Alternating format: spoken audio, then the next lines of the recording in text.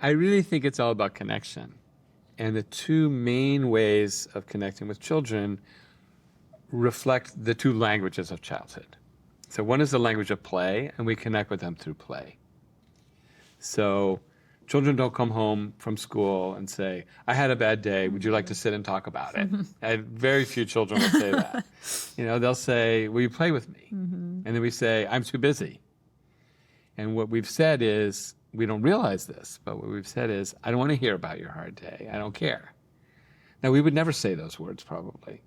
That's what we say in our actions. That's what we say in our actions when we say, I'm too busy to play. So we can connect through play, or we connect through emotional understanding. That's the other. And emotion is the other language of childhood. So babies are born with their emotional part of their brain full and ready to go. And the verbal, logical side, big empty space, ready to be filled. And it's going to take years and years to fill that. But the emotions are all there. And of course, parents get confused because the child's crying, and it takes them a while. It's like, oh, that's the hunger cry, that's the lonely cry, that's the scared cry. But all those emotions are there from the very start. So as adults, we try to force children to speak our language. Use your words, right? So this is one of the most common things people say to adults say to children like preschool age. They hit, they grab. Of course, they hit and grab. And we say, use your words.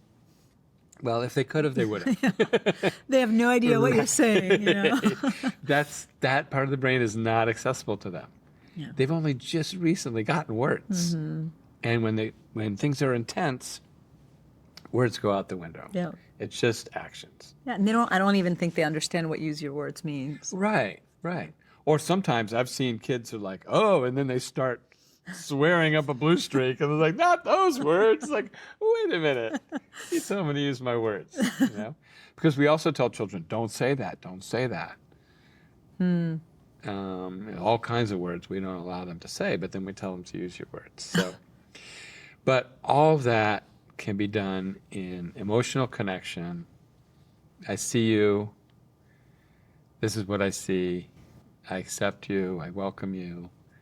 My shorthand for this is I open my eyes to you. I let you know that my eyes are open. Because it's not enough that I know what you're feeling. I have to let you know. Oh my gosh, that was so sad. Oh, that was scary. Oh, you're mad. And I open my heart to you. I open my eyes to you, I open my heart to you, which means I accept that that's what you're feeling. I don't tell you, that's nothing. What are you upset about that about? Dismissing it. Yeah. Yeah. So how do we, as parents, as adults, how do we get better at that? Because that takes a certain amount of self-awareness. It takes a certain amount of doing our own work. Yeah. How do we sit with our emotions that we don't want to sit with? Right. So we can create space for the children. Yeah. I don't know any shortcut to doing our own work. When I teach playful parenting to parents and parent educators, looking within is a central part. And a lot of times people want to skip that. It's like, just give me the tips and techniques. But all the best tips and techniques in the world aren't going to really reach anywhere. When you're triggered. Yeah, when you're constantly triggered. Exactly. So, so I'm glad you brought up triggers. So this is one way to really do that awareness and to not have it just be this vague thing like, oh, do your work. Like, what does that mean? So I have this chart. It's called Track Your Triggers. And the first column is kind of the time and situation that something happens. Okay? And you do this because you're looking for patterns, But the first time you just write it down. It's like, how do you know you get triggered? You got a big emotional reaction, bigger than you would expect from the situation. Okay? So your child says, for the first time, you're stupid.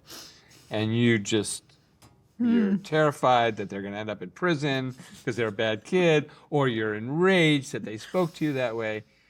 So, or you weren't ever allowed to say that to your parents. Right.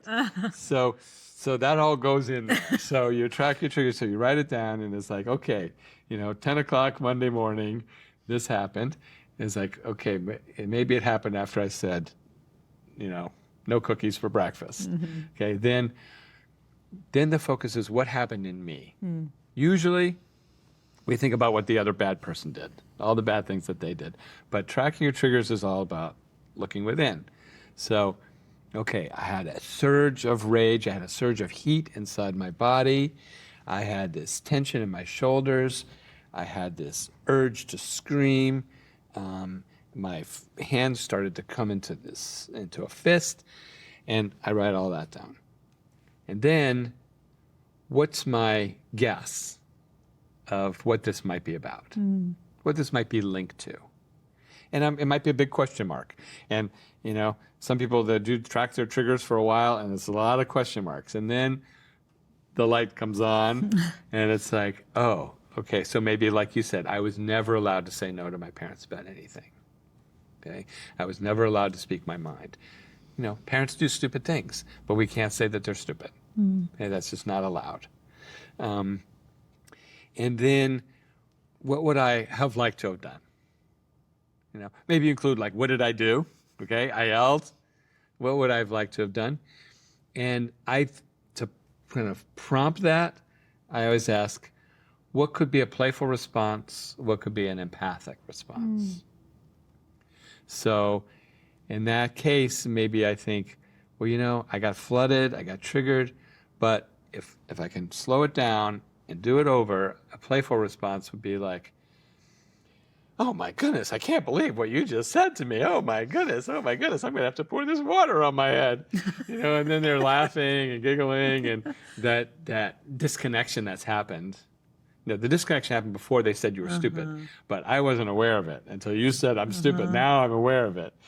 And so we reconnect, we're silly, we laugh, we rejoin, we get back on track together with just a little humor and lightness.